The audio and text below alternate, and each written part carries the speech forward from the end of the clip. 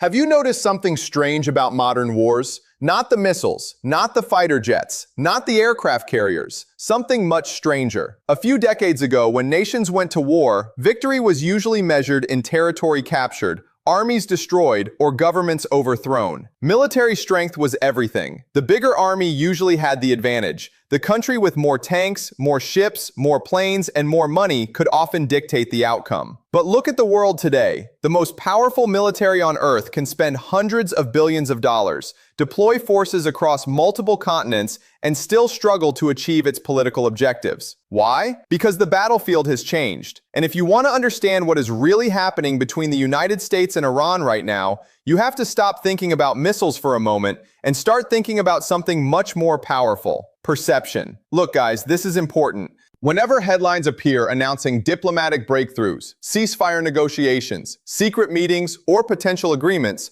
most people immediately focus on the visible story. They focus on what leaders are saying publicly. But what if that visible story is only a small part of what is actually happening? What if the real contest isn't taking place in the Persian Gulf, or inside military command centers, or even inside negotiation rooms? What if the real contest is taking place inside the minds of millions of ordinary people? Think about that. Every major conflict throughout history has involved military power. But increasingly, modern conflicts involve something else: the struggle to shape how people think about reality itself. And that's exactly why the current confrontation between Washington and Tehran is so fascinating. On the surface, the United States appears to have overwhelming advantages. Its military budget dwarfs Iran's. Its technology is more advanced. Its global alliances are stronger. Its economic influence is vastly larger. If we were only measuring military capabilities, many analysts would assume the outcome should be obvious. Yet reality is rarely that simple. Because governments don't just need military capability,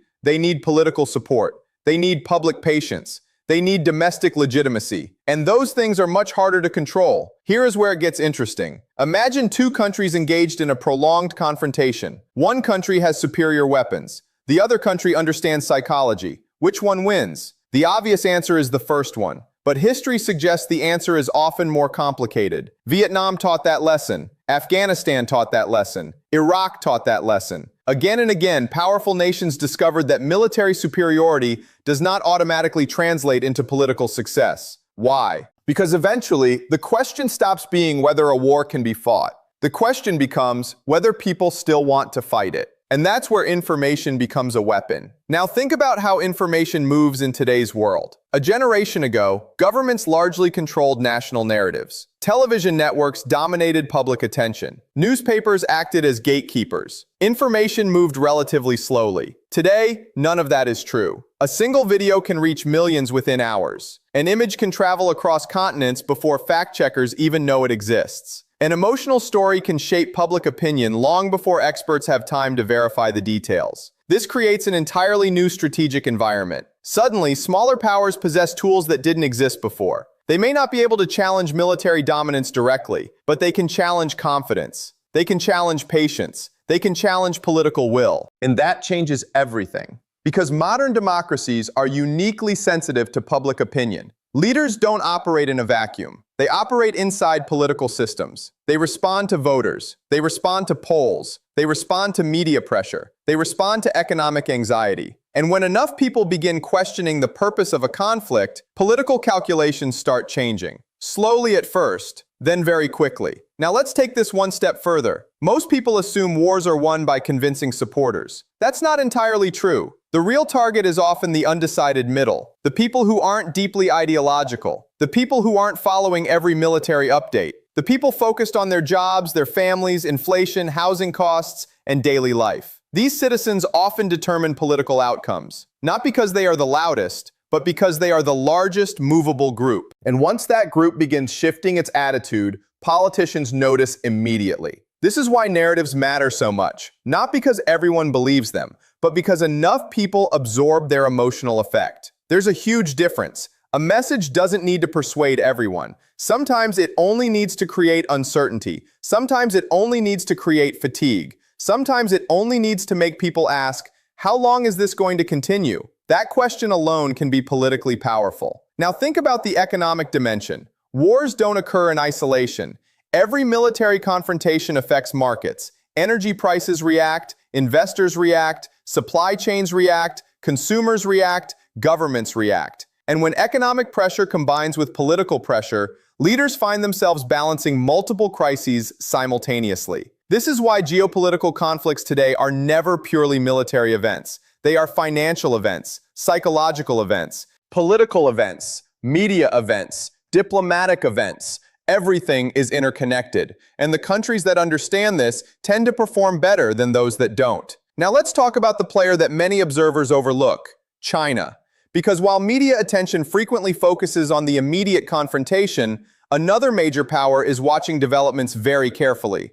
And from a strategic perspective, Beijing may be in one of the strongest positions. Why? Because China often prefers indirect influence over direct confrontation. Instead of jumping into conflicts, it frequently studies them. Instead of exhausting resources, it frequently conserves them. Instead of reacting emotionally, it frequently thinks in terms of decades. This approach frustrates many Western analysts because it doesn't fit traditional expectations. People often expect great powers to demonstrate strength through visible action.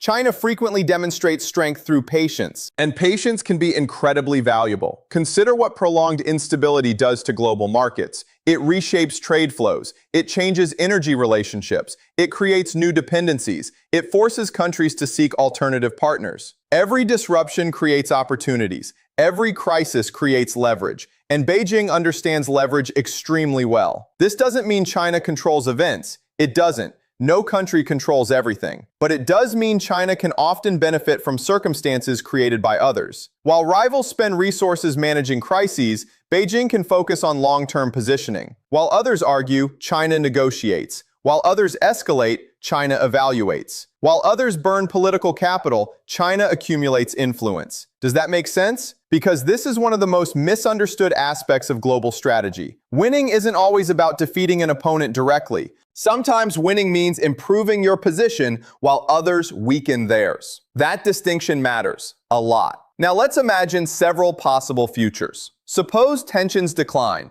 trade routes stabilize, diplomatic agreements emerge. Who benefits? Obviously, countries directly involved gain some relief. But nations positioned to capitalize on renewed economic activity may benefit even more. Now imagine the opposite. Suppose tensions continue. Suppose uncertainty remains. Suppose markets remain nervous. Again, some countries suffer more than others. Some adapt better than others. And some discover entirely new opportunities. Strategists think about these possibilities constantly. They don't ask only what is happening, they ask what might happen next. That forward-looking mindset separates tactical thinking from strategic thinking. Tactical thinking focuses on today's headlines. Strategic thinking focuses on tomorrow's consequences. And right now, the world is filled with tactical analysis. Everyone is discussing announcements. Everyone is discussing statements. Everyone is discussing immediate developments. Far fewer people are discussing structural shifts. Yet structural shifts are often what matter most, because when historians eventually look back on periods like this, they usually don't remember individual press conferences. They remember changes in power, changes in alliances, changes in economic relationships, changes in public attitudes. Those are the developments that reshape history, and that's exactly why this moment deserves careful attention. Not because of any single speech, not because of any single negotiation, not because of any single military action, but because it reveals something larger about the world we now live in. A world where information moves faster than armies. A world where perception influences strategy. A world where political endurance matters as much as military strength. A world where economic leverage can rival traditional power. A world where nations compete simultaneously across multiple dimensions. Military, financial, technological, psychological, diplomatic, all at once. And perhaps the most important lesson is this: power is becoming harder to measure. It used to be relatively straightforward. Count the tanks, count the ships, count the soldiers. Today, that approach is incomplete because influence now operates through networks, through information, through economics, through narratives, through technology, through public opinion. And these forms of power often interact in unpredictable ways. That's why the biggest military doesn't automatically achieve every objective. That's why smaller countries can still shape outcomes. That's why economic giants can expand influence without firing a shot. And that's why analysts who focus only on military hardware often miss the broader picture. The future of geopolitics won't be decided exclusively by who has the strongest weapons. It will also be shaped by who understands human behavior, who understands incentives, who understands information, who understands patience, who understands timing, and perhaps most importantly, who understands how all these factors connect together. Because in the end, wars eventually stop, negotiations eventually happen, leaders eventually change, but strategic consequences can last for decades. So the next time you see a dramatic headline announcing victory, defeat, escalation, or breakthrough, pause for a moment. Ask yourself a different question. Who benefits beyond the obvious players? Who gains leverage while everyone else is distracted? Who improves their position regardless of the immediate outcome? And who is quietly preparing for the world that emerges after the crisis ends? Because those questions often reveal far more than the headlines themselves. And sometimes the biggest winner in a conflict isn't the country firing missiles. It isn't the country making speeches. It isn't even the country sitting at the negotiating table. Sometimes the biggest winner is the actor patiently observing everything, adapting to every development, and positioning itself for the future while everyone else is focused on the present. Think about that, because understanding that possibility may be the key to understanding modern geopolitics itself.